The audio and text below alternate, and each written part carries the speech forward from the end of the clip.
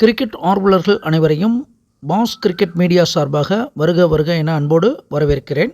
இந்திய அணி ஜிம்பாப்வே நாட்டில் சுற்றுப்பயணம் செய்து T20 போட்டி ஆடிக்கிட்டு இருக்காங்க. இதுவரைக்கும் 2 மேட்ச் தலா 1 மேட்ச் வெற்றி. இப்போ 3வது மேட்ச் நடக்க இருக்கிறது. இந்த போட்டியில் யார் ஜெயிப்பாங்க அப்படிங்கிறது தான் கேள்வியாக இருந்தது. அதுவும் இந்தியா தொடர் வெற்றியை பெறுமா அப்படிங்கிறதும் கேள்வியாக வந்தது. ஸோ ஜிம்பாப்வேவை பொறுத்தளவுக்கு பார்த்திங்கன்னா அதே வீரர்கள் தான். சிக்கந்தர் ராசா, கிளைவ் மதானா, தாய்வான்சே மர்மனி, வெஸ்லி மத்வீரா, டென்ரி சத்ரா, அடுத்து லூக் ஜாங்வே, பிரைன் பென்னட், இவங்கெல்லாம் கொஞ்சம் சிறப்பாக தன் அணிக்காக விளையாடுவாங்க.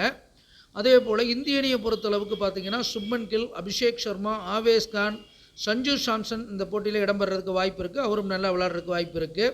முகேஷ் குமார், ரவி பிஸ்னாய், கலீல் அகமது இவங்கெல்லாம் சிறப்பான பங்களிப்பை தன் அணிக்காக செயல்படுத்துவாங்கன்றது தெளிவாக தெரிகிறது. இந்த போட்டியை பொறுத்தளவுக்கு இந்திய அணி போன போட்டியில் பெற்ற ஆதிக்க வெற்றியைப் போல இந்த போட்டியில் வெற்றி பெறுமா அப்படின்னு கேள்வி வந்தது. இந்தியாவுடைய உதயாதிபதி பார்த்திங்கன்னா மதி 3ஆம் இடத்துல இருக்கிறதும், பொன் அவரை பார்க்கிறதும், நல்ல தைரிய வீரியத்தோடு விளையாடக்கூடிய ஒரு அமைப்பு இருக்குது இந்தியாவுக்கு. அதே சமயத்தில் ஜிம்பாப்வேயுடைய அதிபதி பார்த்திங்கன்னா மந்தன் போய் லாபஸ்தானத்தில் வெற்றி ஸ்தானத்தில் உட்கார்ந்தாலும் அங்கே பகை பெறுவதோடு மட்டும் இல்லாமல் கவிக்க இருக்கிறதும் அந்த அணிக்கு சிறப்பில்லை.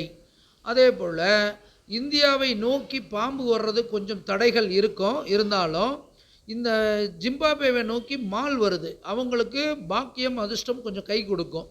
அதாவது இந்தியாவுக்கு சில தடை இருக்குது, அவங்களுக்கு ஒரு அதிர்ஷ்டமும் இருக்குது அப்படிங்கிறதுல மாற்று கருத்து இல்லை. லாபஸ்தானத்தை பொறுத்தளவுக்கு இந்தியாவுடைய லாபத்தில் சேய் உட்கார்றது நல்ல விஷயம். லாபாதிபதி புகர் பார்த்திங்கன்னா 6ஆம் இடத்துல உட்கார்ந்து ஜிம்பாப்வேக்கு விரயம் தரக்கூடிய இடத்துல இருக்கிறது. அதனால் இந்திய அணி எத்தனை விதமான சர்க்கிள் வந்தாலும் அதிலிருந்து மீண்டு மேலே வந்துடுவாங்கன்றது இது தெளிவாக காட்டுகிறது.